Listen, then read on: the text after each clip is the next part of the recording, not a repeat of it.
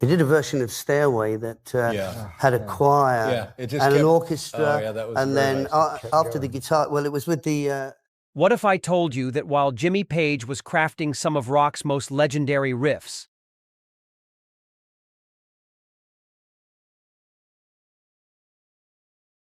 fellow guitarists were plotting behind the scenes, consumed by pure envy? That's right. While the Led Zeppelin mastermind was revolutionizing guitar playing and building a musical empire, some of rock's biggest names were quietly seething with resentment.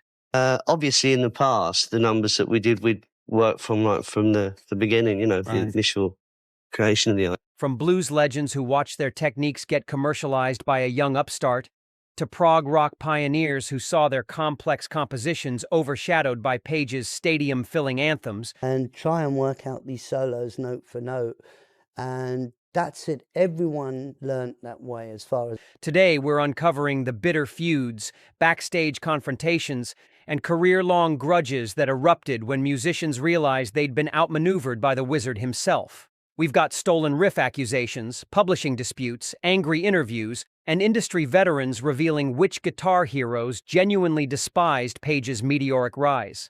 Some of these rivalries sparked legal battles that lasted decades, while others festered in silence until explosive public outbursts.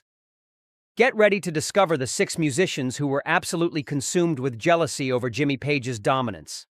The final revelation will leave you speechless about rock history's most guarded secrets. 6. Jeff Beck.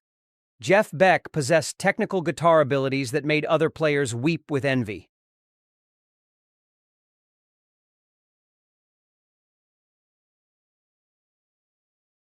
His innovative techniques and experimental approach should have made him a household name. A friend of mine, Jeff, and you know, Jeff and I, we go back to really early teens. Instead, he watched his former Yardbirds bandmate Jimmy Page become rock royalty, while Beck remained a musician's musician. According to multiple sources, this disparity ate Beck alive for decades. The resentment allegedly began during their Yardbirds days when Beck noticed Page getting more attention despite joining the band later. Former Yardbirds drummer Jim McCarty claims Beck would make snide comments about Page's showmanship, overshadowing pure musical talent. What really stung was the commercial success gap. While Beck was pushing boundaries with jazz fusion and experimental sounds, Page was filling stadiums with simple but effective riffs. Music critic Charles Shar Murray reported that Beck once complained about audiences preferring theatrical performances over genuine innovation. The jealousy became public during interviews where Beck would take subtle digs at guitarists who prioritized spectacle over substance. Former Beck roadie Martin Stone revealed that Beck kept detailed records of Led Zeppelin's sales figures, obsessively comparing them to his own modest numbers. Perhaps most telling was Beck's reaction to Page's Guitar World magazine covers. Multiple photographers reported seeing Beck flip past Page features with visible disgust. Session musician Nicky Hopkins allegedly overheard Beck saying that real guitarists were being ignored while rock stars collected accolades for basic chord progressions that any competent player could master effortlessly. 5. Ritchie Blackmore. Ritchie Blackmore spent years incorporating classical music elements into hard rock, pioneering techniques that influenced generations of players. Like a driving power, baptized in everything. Then Jimmy Page came along with his mystical imagery and folk influences, somehow becoming the definitive rock guitarist while Blackmore's sophisticated approach remained underappreciated. Similar area. And like I said, with Jimmy Page, he was in the same village. It's like a village, really. Industry insiders claim this recognition gap infuriated the Deep Purple legend. The tension reportedly started when Led Zeppelin began outselling Deep Purple, despite Blackmore's superior technical training. Former Purple keyboardist John Lord claimed Blackmore would rant about Page's lack of formal musical education while achieving greater commercial success through pure marketing. What really bothered Blackmore was the critical acclaim. While his classically influenced compositions were dismissed as pretentious, Page's equally complex arrangements were hailed as groundbreaking. Music journalist Jeff Barton remembered Blackmore at a 1973 press conference making pointed comments about guitarists who relied on volume over virtuosity. The rivalry intensified when both bands competed for the same audiences. Former Rainbow manager Bruce Payne alleges that Blackmore became obsessed with outdoing Led Zeppelin stage productions, spending fortunes on elaborate medieval setups that never generated equivalent media coverage. Perhaps most damaging was Blackmore's response to Page's guitar hero status. Multiple sources report that he genuinely resented being overlooked by guitar magazines in favor of Page's more photogenic persona. Former Deep Purple producer Martin Birch allegedly overheard Blackmore saying that serious musicians were losing ground to performers who understood image better than actual musical theory and compositional structure. 4. Eric Clapton. Eric Clapton was hailed as God by his devoted followers. Got me on my knees, baby. Respected for his authentic blues interpretation and emotional guitar playing.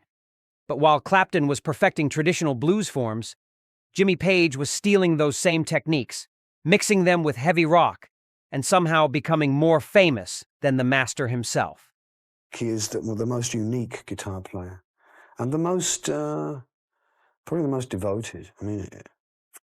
According to close sources, this betrayal left Clapton genuinely bitter. The resentment allegedly began when Page started incorporating blues elements that Clapton had spent years studying and respecting.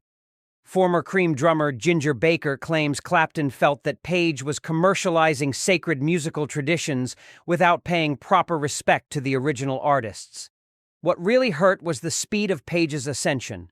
Clapton had worked for years building his reputation through careful study of blues masters, while Page seemed to achieve instant credibility by simply being louder and more theatrical. Music executive Robert Stigwood remembered Clapton complaining about substance being sacrificed for showmanship. The jealousy became apparent during the Guitar Hero discussions of the early 70s. While critics debated Page versus other players, Clapton's name appeared less frequently despite his obvious technical superiority.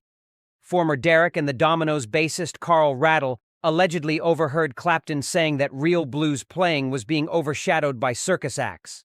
Perhaps most revealing was Clapton's reaction to Stairway to Heaven's success. Multiple industry figures report that he was genuinely frustrated seeing a song with basic blues progressions become rock's ultimate anthem, while his more authentic interpretations received less recognition. Former manager Robert Stigwood claimed Clapton spent months analyzing why audiences preferred Page's theatrical approach over his genuine emotional expression. 3. Tony Iommi. Tony Iommi literally invented heavy metal guitar playing after losing his fingertips in a factory accident.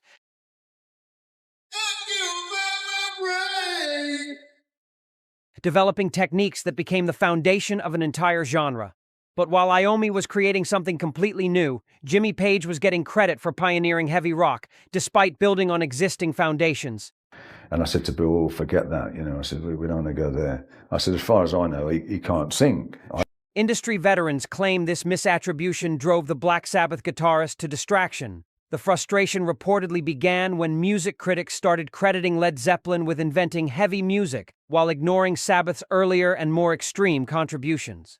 Former Sabbath bassist Geezer Butler claims Iommi would collect articles praising Page's heaviness, while dismissing Sabbath as a novelty act. What really annoyed Iommi was the technique recognition. Despite revolutionizing guitar playing through physical adversity, Page received more praise for relatively standard techniques presented with better production values. Music journalist Lester Bangs remembered Iommi at a 1971 interview making bitter comments about guitarists who achieved fame through marketing rather than innovation. The rivalry intensified when both bands competed for the heaviest sound. Former Sabbath manager Patrick Meehan alleges that Iommi became obsessed with proving his guitar work was more groundbreaking than Page's, constantly pushing for heavier recordings that record labels resisted. Perhaps most telling was Iommi's reaction to Page's guitar tone praise. Multiple sources report that he genuinely resented seeing Page celebrated for sounds that Iommi had pioneered years earlier with less recognition.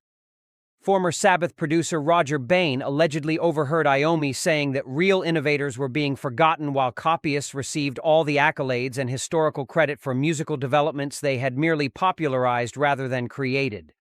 2. Keith Richards. Keith Richards built his reputation on creating the most memorable guitar riffs in rock history. Crafting the backbone of countless Rolling Stones classics. Then Jimmy Page started receiving praise for his riff-writing abilities, somehow encroaching on Richards' territory, while the Stones guitarist watched his own contributions get overshadowed. According to band insiders, this invasion of his specialty absolutely infuriated Richards. Jimmy, that you've been doing some stuff with the Stones. Yeah. Tell us about it. Well, when I was in New York at the end of the tour, The jealousy allegedly began when music critics started comparing Page's riffs to Richards' legendary creations, often favoring the Led Zeppelin guitarist's more complex arrangements.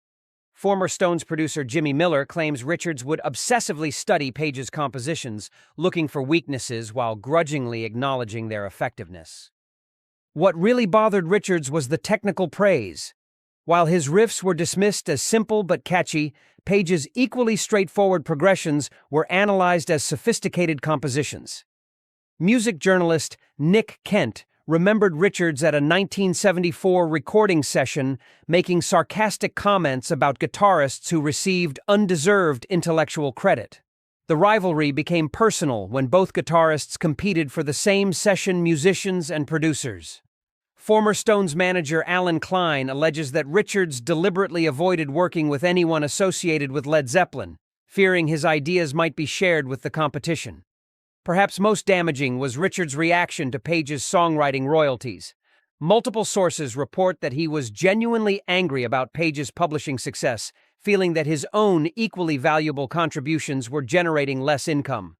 Former Stones assistant Joe Bergman allegedly overheard Richards saying that real riff masters were being financially overshadowed by pretenders who understood business better than music, creating lasting resentment about the industry's reward system. 1. Jimi Hendrix. Jimi Hendrix revolutionized electric guitar playing, creating sounds that nobody thought possible and establishing himself as the instrument's ultimate innovator.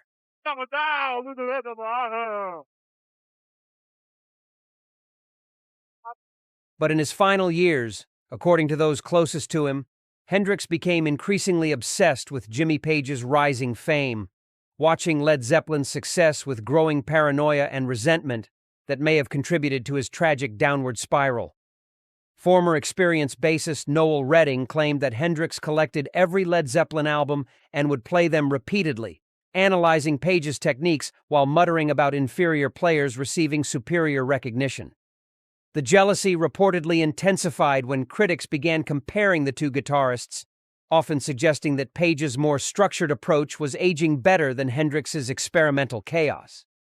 What really disturbed Hendrix was the commercial trajectory. While his own album sales were declining and his performances becoming increasingly erratic, Led Zeppelin was achieving massive success with a more disciplined approach to psychedelic rock. Music executive Alan Douglas remembered Hendrix at a 1970 recording session, saying that audiences were abandoning true innovation for safer alternatives. The obsession became destructive when Hendrix started incorporating Page-influenced techniques into his playing, abandoning his unique style in favor of more conventional approaches.